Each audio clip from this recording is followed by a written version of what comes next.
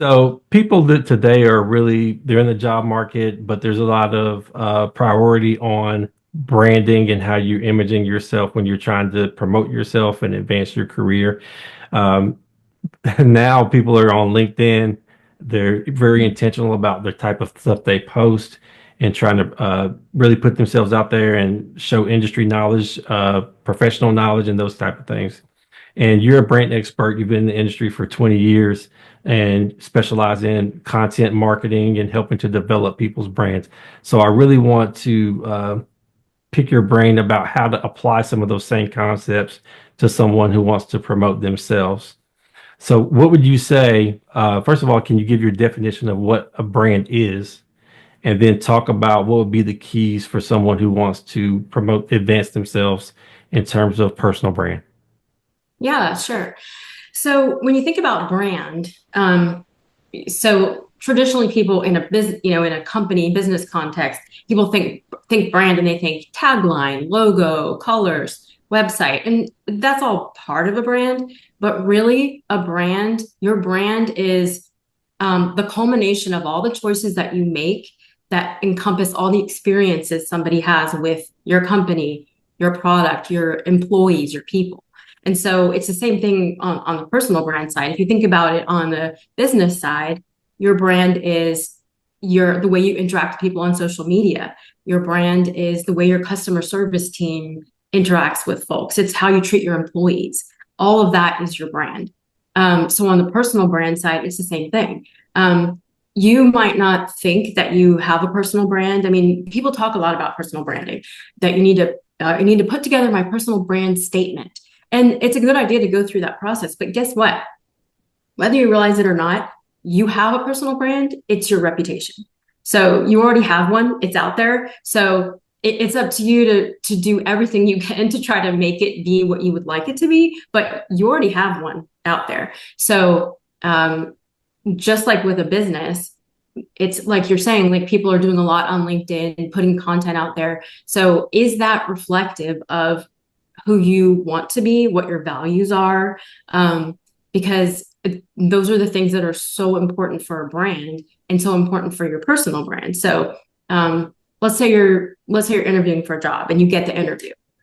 I can guarantee you every single person who's doing an interview has gone out and Googled that person. They've looked at their socials. They've looked beyond just LinkedIn. I mean, they're looking at Instagram. They might even be looking on TikTok. So if you have things out there that are, maybe you could refer to them as digital dirt, that's probably going to hurt you in terms of maybe getting that job or even getting an interview. So I think, all of that is super, super important when you think about branding. It's more than just what you've maybe defined on a piece of paper. It's what's already out there, and it's the experiences that everybody has with you. So the culmination of all of those experiences, interactions, that is your brand. Wow. Okay. So it sounds like your brand is something you need to be mindful of in all your interactions and not just in a confined space. Um, Absolutely. yeah. Okay. Absolutely. So you think about being true to yourself, right? Being true to your values. I mean, if that emanates through every experience you have, whether it's at work and with your coworkers, with your boss, but also with, the fellow parents of your kids' soccer team, or, it kind of emanates everywhere because these Okay. days everything's digital and everything spreads like wildfire. So, hopefully you're spreading your goodness and not any digital dirt. So Absolutely. Absolutely. So what you're describing, I know when you're working with a business, there's a lot of intentionality and strategy yeah, behind that, right? When you're talking about yourself from a personal perspective, should you take that same approach? Because I think most people don't take there's not a lot of intentionality behind it in terms of what your brand is. You kind of just live in life and things land where they land, right? yep, yep. So what type of guidance would you give somebody to put the intentionality needed behind establishing and maintaining their personal brand? So I do think it's a good idea, absolutely, to live with intentionality. So if I was working with a company, which I am working with a small startup right now, if I was working with a company on establishing their brand, or maybe they've already have a brand, but they really haven't been too intentional about it. Two major things that I would be focused on. One is audience, and the other one is differentiation. Okay. So the same thing applies to yourself. So let's talk about audience first. So many companies, they really, you ask them who their audience is, and everyone can tell you demographics wise, right? Oh, we target small businesses in the healthcare industry, whatever. But it's not just who they are, but how well do you really know them? So on the business side, what more so than just who they are, what are their needs and aspirations? What are their pain points? What keeps them up at night? What do they care about? What are they trying to do? So maybe they're, if you're selling a product to a company, you might know, oh yes, they're, these people care that they're working too hard and they want to be more efficient. Okay, that's great. You want to know that, but what are they trying to get done? What are they trying to do?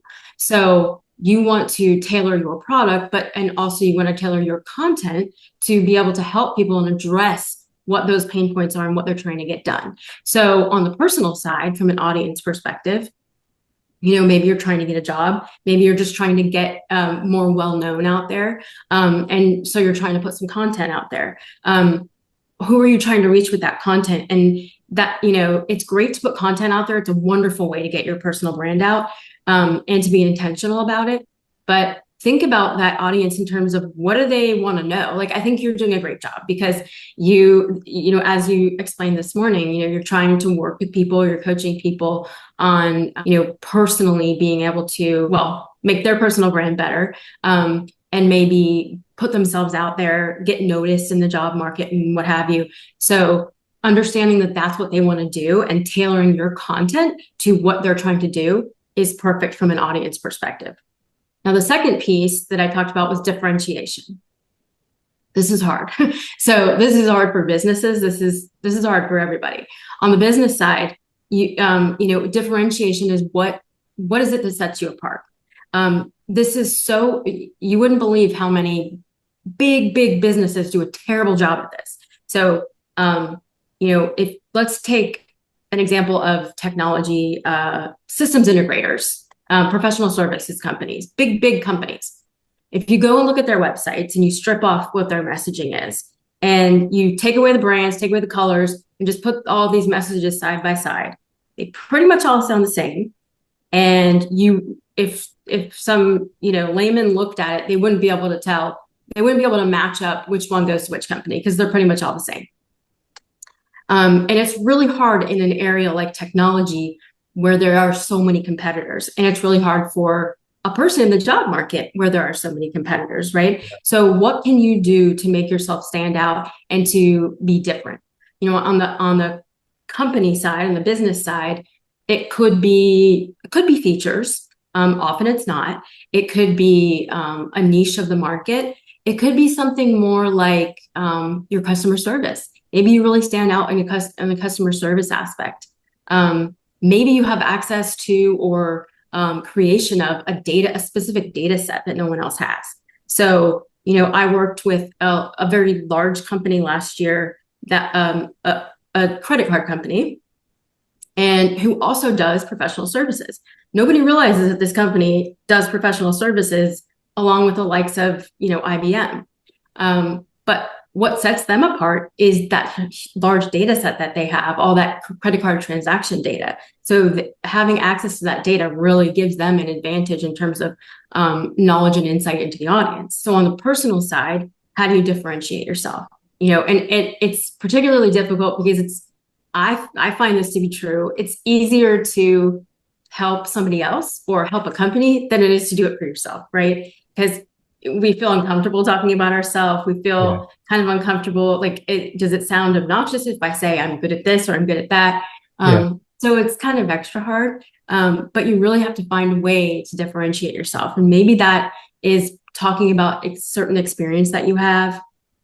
Maybe that's incorporating people that you know in your life and your network that you have. Yeah. But you have to find a way to stand out because otherwise, you're just another fish in the sea. On the, on the resume side, on the LinkedIn side, that's really hard because if I'm hiring somebody, if I'm looking to hire somebody and I'm getting a bunch of resumes, what's going to make me pick one person over the other? Typically, I would say it's about who I'm getting a recommendation for. So the longer you go on in your career, it's so much more about networking, and it's about somebody giving you a recommendation, even if it's just to get an interview.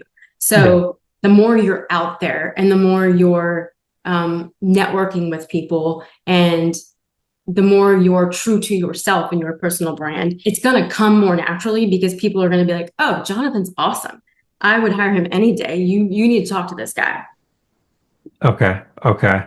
So it sounds like maybe if somebody's getting started and trying to be more intentional about their personal brand, they need clarity about who they are, what they value Yes. at the core, and then start to work from there, right? Because I hear you Yeah, talking about differentiation, um, and you wouldn't want to differentiate yourself in a way that's not consistent with your identity, right? exactly. So, Exactly. yeah, because you want to be authentic.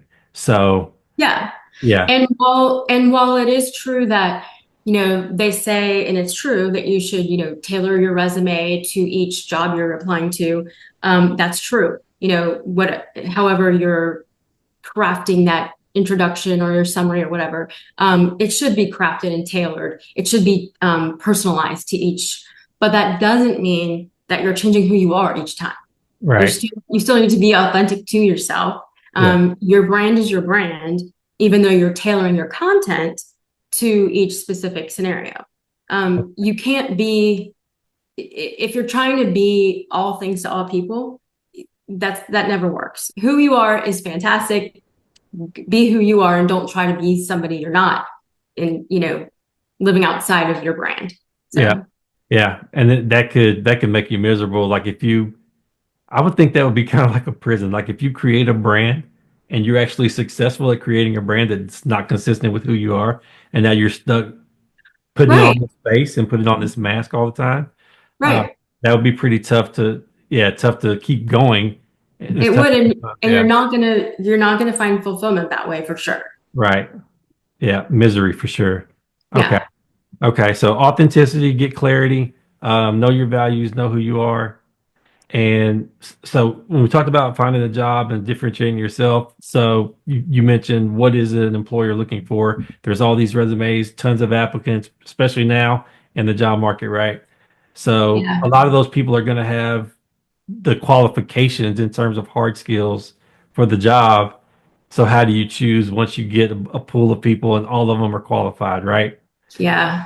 That sometimes comes down to if you can get your foot in the door to make a connection, relatability, personality, who can I see myself working with every day, um, soft skill type things, right? So I think it's important for people not to overlook that side of things and just focus on the hard skills because what you need those is like a bare minimum to kind of get yourself to that final phase of the interview process, right? But to actually land the job, it takes a lot more than that. So Absolutely. yeah.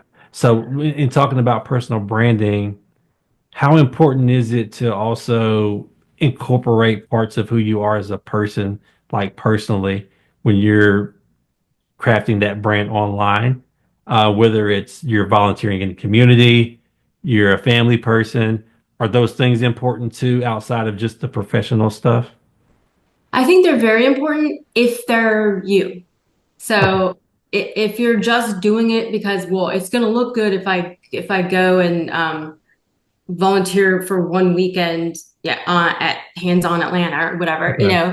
Okay. if it's true and it's authentic and it's something you actually care about, then Yeah. absolutely. I would also say, in terms of volunteering, there are ways to volunteer in a more of a professional way. So, for example, from a marketing standpoint, there are organizations like AMA Atlanta. There's the Atlanta Interactive Marketing Association.